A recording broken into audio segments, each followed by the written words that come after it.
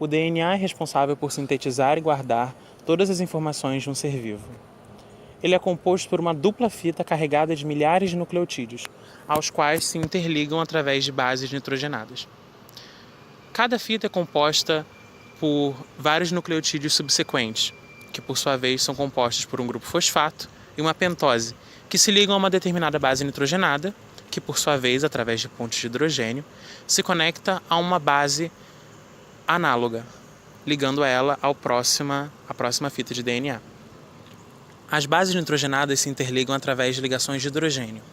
Isso faz com que as conexões apenas sejam feitas através de conexões purina-pirimidina, o que significa que a adenosina apenas se liga com timina, guanina apenas se liga com citosina, que são as 4 bases nitrogenadas do DNA.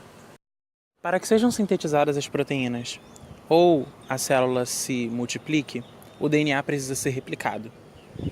Para isso, entraremos agora num vídeo interativo através de uma maquete para explicar o processo de replicação do DNA.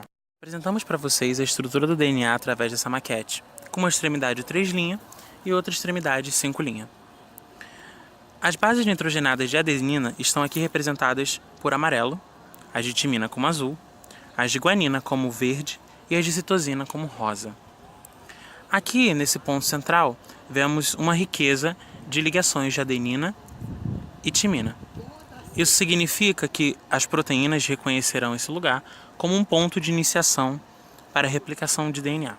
As proteínas aqui representadas em verde, chamadas de helicase, têm como função relaxar e separar as fitas de DNA através do corte das pontes de hidrogênio entre os nucleotídeos.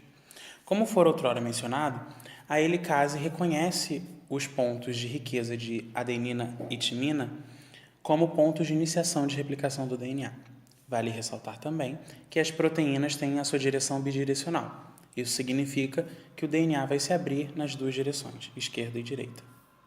Após a ação da helicase, o DNA desenvolve uma região chamada bolha de replicação, a qual termina com 2 forquilhas, que são as partes que ainda não foram sergidas.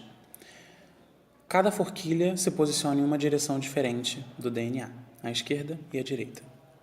Após o processo descrito, uma proteína denominada iniciase traz uma pequena fita de RNA denominada RNA primer, a qual se ligará a algumas unidades nucleotídicas da fita antiga. A sua função é trazer uma nova extremidade 5' a partir da qual o novo DNA será sintetizado. Após a síntese do RNA primer, uma nova proteína denominada DNA polimerase virá fazer a síntese da nova fita de desoxirribonuclease. A sua função é executada a partir da conexão e reunião de cromossomos geralmente espalhados pela carioteca à antiga fita de DNA. A fita que acaba de ser sintetizada parte da extremidade 5' para 3'.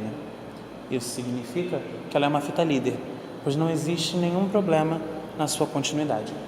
Entretanto, do outro lado da forquilha, as fitas que precisam vir da extremidade 3' para 5' são chamadas de atrasadas, porque partindo do pressuposto que o DNA apenas é sintetizado a partir da direção 5', ocorrem alguns problemas de síntese nas fitas que precisam ser sintetizadas ao contrário.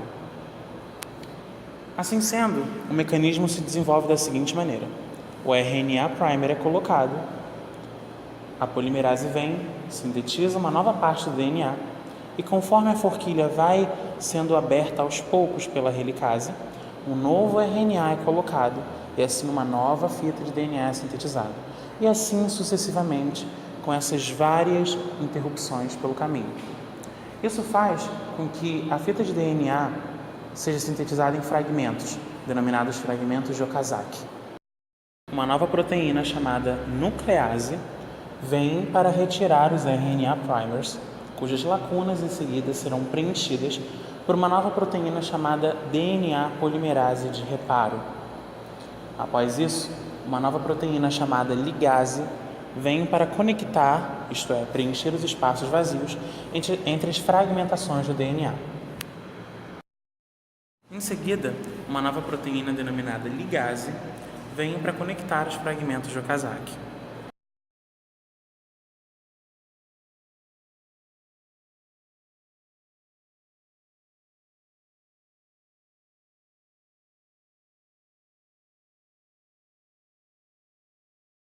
Agora, nós temos duas novas fitas de DNA.